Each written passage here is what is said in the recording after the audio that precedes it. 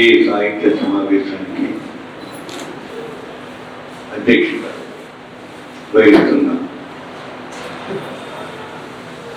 నా సోదరుడు సుబ్రహ్మణ్యం గారికి, బాలసుబ్రహ్మణ్యం గారికి,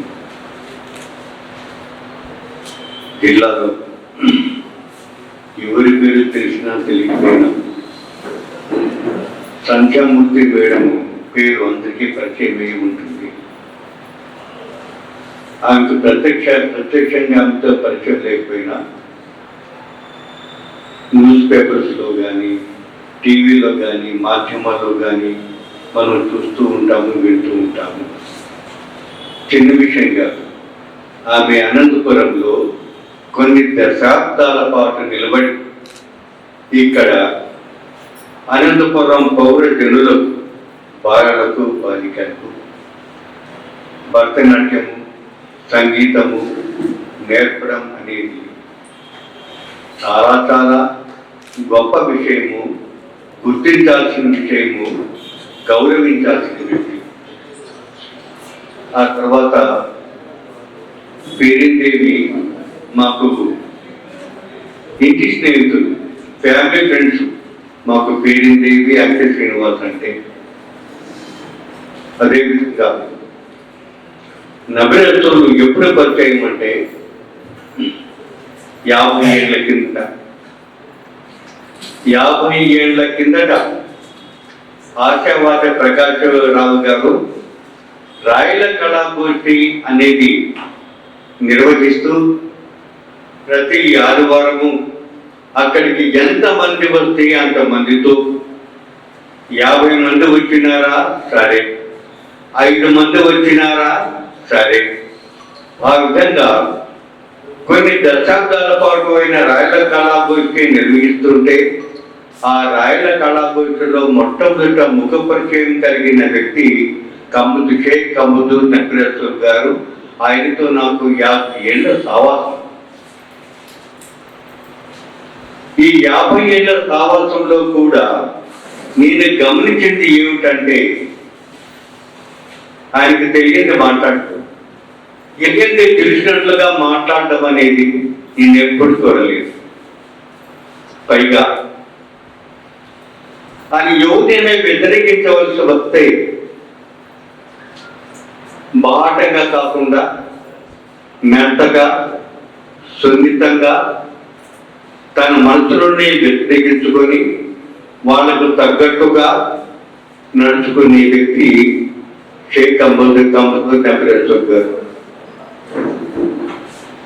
ఆయన ఈరోజు సుభాషితాలు రాస్తాడంటే మన నాగేశ్వరాచార్య మాట అన్నాడు, సాహిత్యం అంతా సుభాషితాలే కదా. కాదన్నా, సాహిత్యం అంతా సుభాషితాలు కాదు. హితము కోరేది సాహిత్యమే. సాహిత్యం అంటే హితం కోరేది. కానీ అన్ని సాహిత్యాలు హితం కోరవు. హితము కోరవు అన్నంత మాత్రాన దుర్మార్గమైనవి కావు. గాలికి రాస్తారు ఒక కవిత్వం, అందులో ఏమి హితం ఉంటుంది? మనిషి ఉంటే చాలా దుష్కరము సొమ్ము అంటే అందులో సుభాషితం ఉంది. మనిషి ఉంటే చాలా దుష్కరము సొమ్ము, అది సుభాషితం. ఇంకొక కవిత్వం రాస్తారు, ఏల బాలామణికి కాళ్ళు నొచ్చే,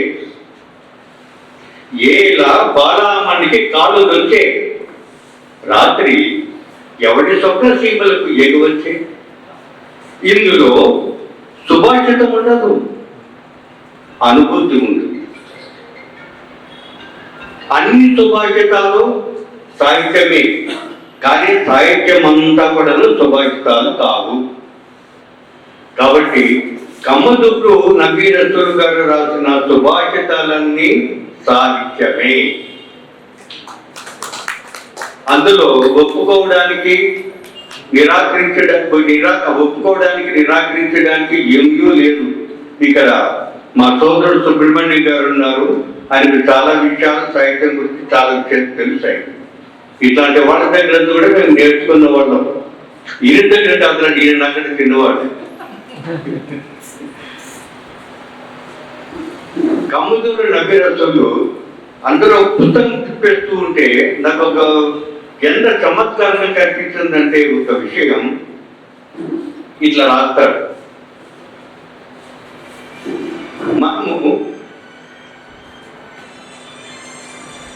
మనము మనిషిని ప్రేమిస్తాం, వస్తువుల్ని వాడుకుంటాం. మనిషిని ప్రేమిస్తాము, వస్తువుల్ని వాడుకుంటాం. దాన్ని తిరిగేస్తే వస్తువుల్ని ప్రేమిస్తాము, మనిషిని వాడుకుంటాం.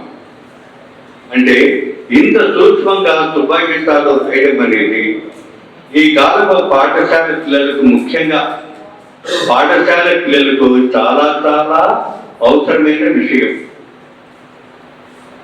నేను మొన్న నా మీటింగ్ తప్పనిసరిగా రావాల్సరి మీరు అన్నప్పుడు నాకు షేక్ నబీరసోలు సమావేశంలో మీటింగ్ నాకు వేరే వాళ్ళదిగాను కనిపించలేదు. నాకు 50 ఏళ్ల నుంచి ముఖంలోకి ముఖం పెట్టి చూసుకుంటూ పరస్పరం అభినందనలు తెలుపుకుంటూ 50 ఏళ్లుగా కొనసాగుతూ వచ్చిన మేము కొత్తగా ఒకరినొకరు ఆహ్వానించుకోవాల్సిన అవసరం ఏమాత్రం లేదు.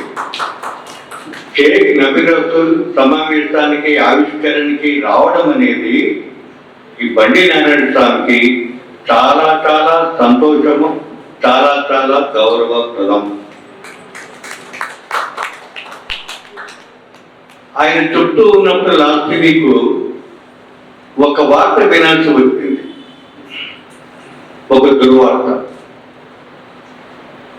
ఆ దుర్వార్తను పురస్కరించుకొని ఆయనకు నా సహానుభూతి తెలియజేస్తూ ఉన్నాను.